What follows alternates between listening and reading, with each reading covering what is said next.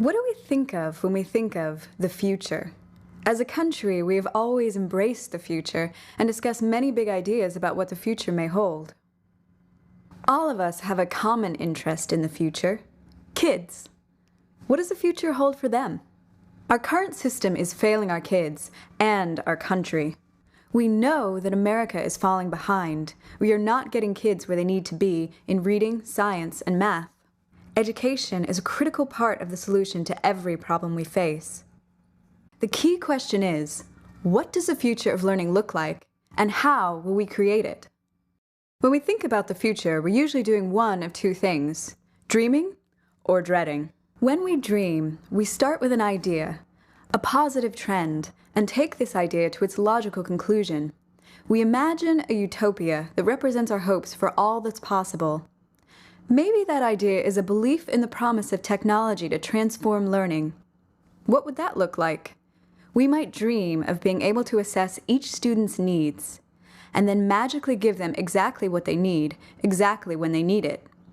But this is impossibly perfect and simplistic, ignoring the complexities of the learning process. When we dread, we start with a fear, a downward trend, and we likewise play out this idea to its logical conclusion. We imagine a dystopia, one filled with our fears of what might happen in the future.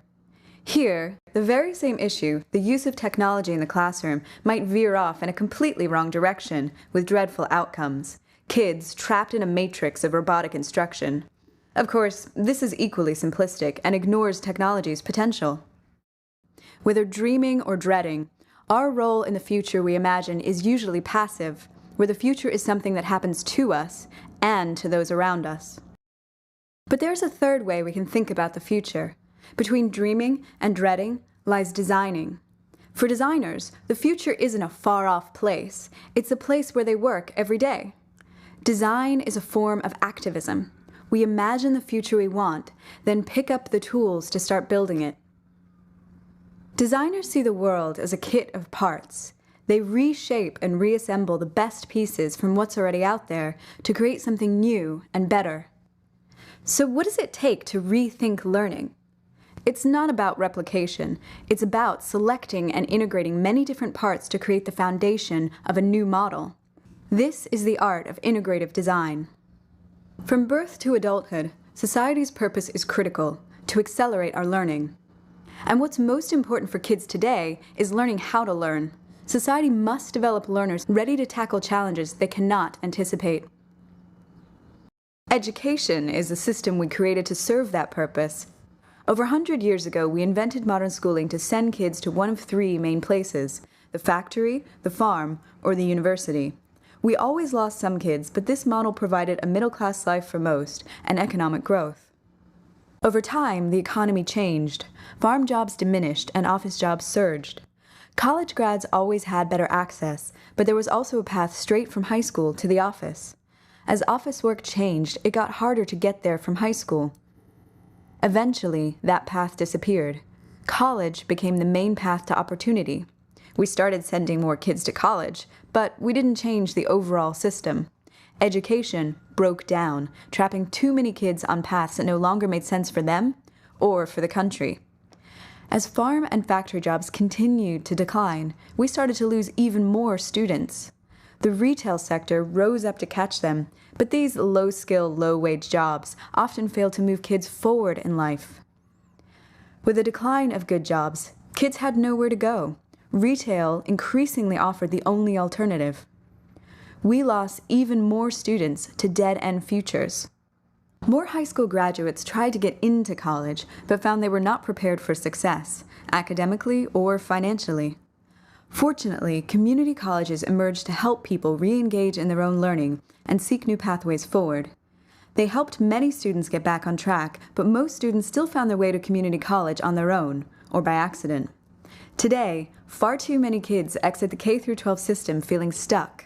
Our model of school is broken. To understand how it's broken, we need to look inside. We see a system of 6 parts which create a student's experience. First, what they learn, how they learn, and how we know they're learning, and also where and when learning happens and who's involved. How we configure these parts determines how kids move through the learning process. More often than not, these parts form rigid barriers blocking the way forward, or putting kids on the wrong path. Various innovators have focused on adjusting one or two of these parts to help kids move forward. This has spurred important progress. But this approach is not the answer.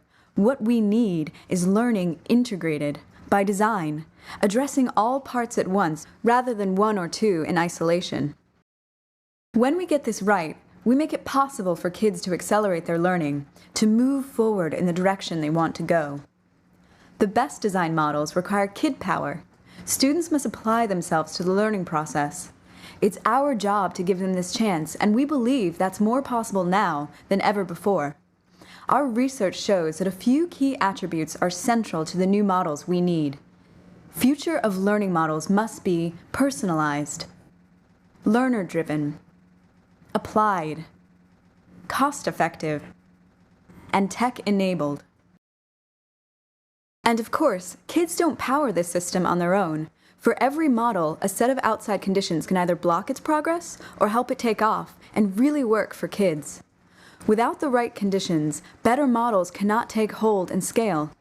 But just imagine what the future of learning would look like if we aligned these new models with the conditions that help them succeed. It would be a future where schools help kids get what they need to become successful learners and to accelerate their learning. But while school remains critical, it's not the only place where learning happens. Kids must be able to explore all their opportunities for learning, both in school and beyond. When we create a single integrated system, students will practice becoming lifelong learners, ready to go on to college or good jobs, ready for the challenges and opportunities of the future that awaits them. This is society's new purpose. We're already mapping this new learning ecosystem. We call our map the Human Capital Continuum, the paths that learners travel from birth to age 26 as they prepare for success in the adult world, and where far too many get stuck at key transition points. At Two Revolutions, we design and launch future of learning models and help catalyze the conditions within which they can thrive. We are partnering with forward-thinking governments, funders, nonprofits, and entrepreneurs to innovate all across the human capital continuum. Visit us at tworevolutions.net.